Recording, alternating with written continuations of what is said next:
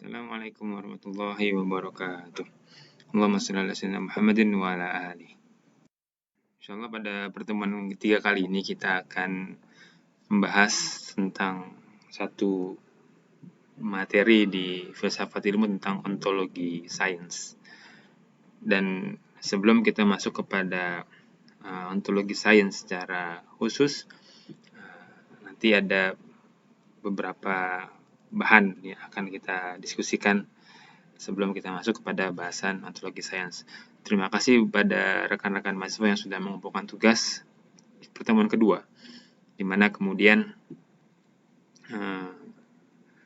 diminta untuk mencari fenomena-fenomena, pendapat-pendapat, dan uraiannya seperti apa. Bagi yang belum, silakan ikhtiar untuk mengumpulkan pada kesempatan-kesempatan berikutnya. Insyaallah dalam pertemuan ini kita akan membahas 3 poin. Pertama tentang definisi ontologi sains, kemudian hakikat pengetahuan sains, dan struktur sains. Nanti pada slide berikutnya kita akan kupas sedikit demi sedikit.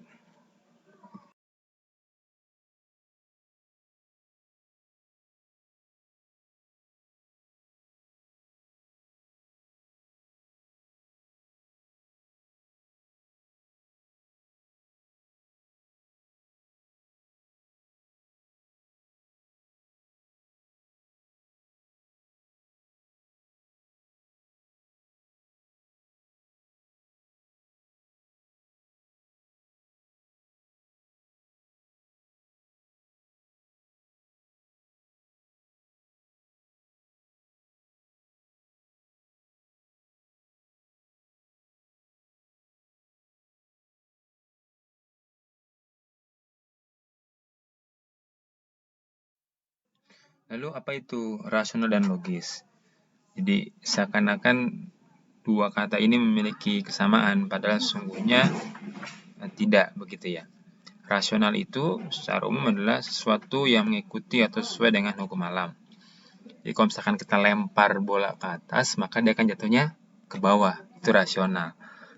Nah, nanti kalau misalkan teman-teman nemuin satu aktivitas di mana bola dilempar, tapi jatuhnya nggak ke bawah, ya, tapi dia ke atas. Nah, ini berarti dia bertentangan dengan hukum alam.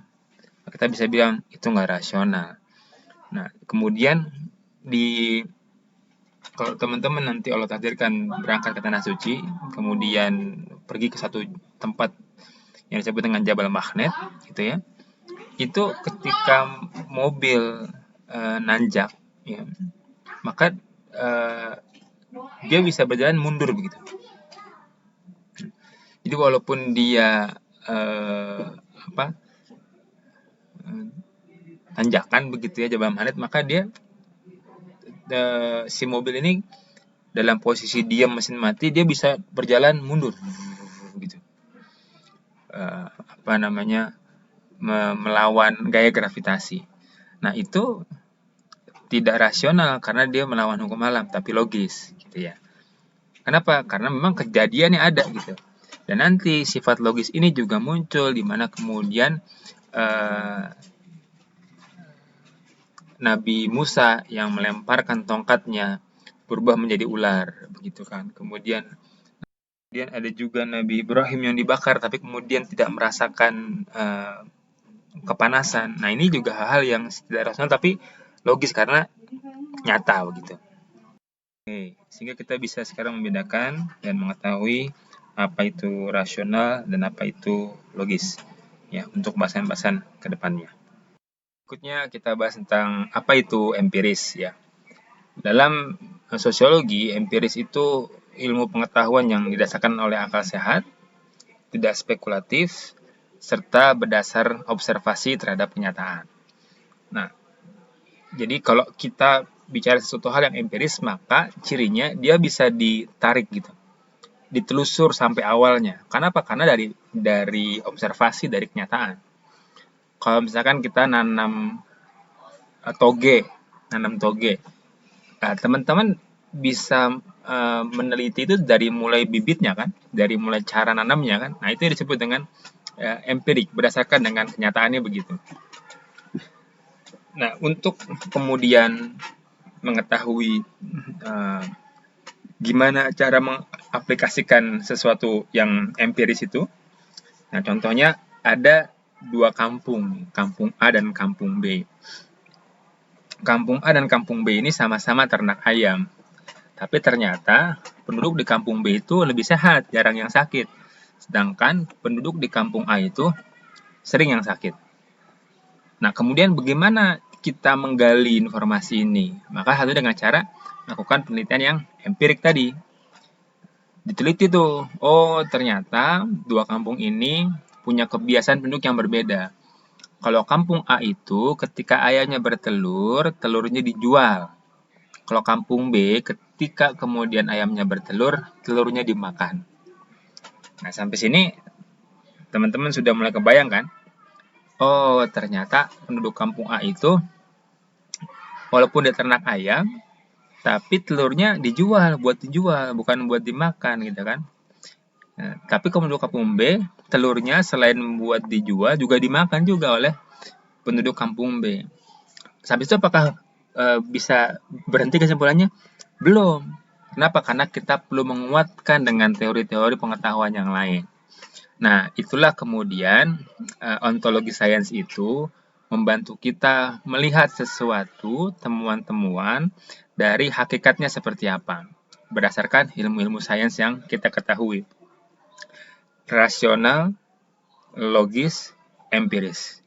Ya. Nah, empiris itu seperti yang pertemuan sebelumnya dalam pertemuan kedua ya, saya sampaikan bahwa dia punya dasar-dasar teori sainsnya. Nah, telur itu kan punya protein. Wajar dong kalau orang banyak makan protein itu lebih sehat dibandingkan orang yang tidak makan protein. Lebih kurang itu dasar penguat untuk pembuktian hal empirisnya. Dan ini kita amatin gak cuma sehari, ya, amatinnya panjang, seminggu, 2 minggu, sebulan. Alhamdulillah, sekarang kita masuk pada review tugas yang teman-teman semua sudah kumpulkan. Alhamdulillah sampai materi ini diupload ada 7 orang yang mengumpulkan. Secara umum ini saya review sedikit, ada tentang main basket. Apakah orang main basket itu berbanding lurus dengan ketinggiannya? Menarik memang. Ya. Kemudian ada apakah seorang jamaah itu juga orang kaya? Apakah kemudian orang yang pakai skincare itu menjadi lebih cantik kulitnya? Apakah orang yang tidur di kasur itu tidurnya bakal nyenyak? Apakah orang yang olahraga itu akan sehat tubuhnya? Apakah orang yang punya tubuh bugar itu dia aktivitasnya juga bagus? Apakah orang yang olahraga rutin itu dia jarang sakit? Nah, terima kasih buat yang sudah ngumpulin. Saya bahagia sekali karena teman-teman sudah menampilkan uraian singkat dan ada juga yang cukup panjang. Ala kulihal dengan materi yang tadi di atas tentang ontologi sains disampaikan, teman-teman bisa menambahkan tadi kan, mana argumentasi yang sifatnya ilmiah, mana argumentasi yang sifatnya belum ilmiah tapi logis gitu ya, mana yang dia belum rasional karena belum memenuhi kaidah hukum keilmuannya. Nah, setelah itu nanti bisa ditambahkan ya dengan bagi yang belum tadi terkait dengan teori-teori yang teman-teman tahu. Misalnya terkait dengan kulit. Sebenarnya kalau kulit itu mau bagus, apa sih unsur-unsur kulit yang berpengaruh? Kan kulit itu ada lapisan atas, ada lapisan bawahnya, ada lapisan dalam. Nah, itu menarik tuh. Ya walaupun saya nggak tahu apakah teman-teman dulu waktu SMA-nya jurusan IPA atau tidak begitu. Tapi itu just sekedar apa bahasanya ya, pemantik gitu ya kalau teman-teman mau membahas kembali topik yang kemarin sudah teman-teman pilih untuk dikaji teoritisnya seperti apa.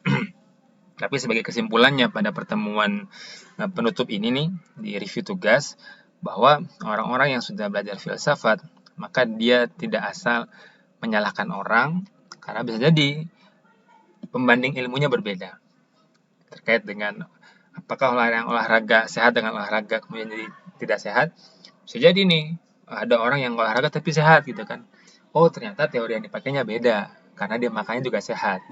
Kan gitu. Ada orang yang olahraga tapi dia sakit. Kenapa? Karena makannya juga makanan yang nggak sehat. Wallahu a'lam bishawab. Ini mudah-mudahan menjadi penyemangat buat teman-teman semua untuk terus menggali filsafat. Alhamdulillah kita sampai di penghujung kuliah kita di pertemuan ketiga ini. Kita sama-sama akhiri dengan ucapan hamdalah, alhamdulillahirrabbilalamin, istighfar, astagfirullahaladzim, dan kedua kifaratul majlis. Subhanakallahumma wa bihamdika, asyhadu an la ilaha illa anta astaghfiruka wa atubu ilaik. Syukran jazakallah. Assalamualaikum warahmatullahi wabarakatuh.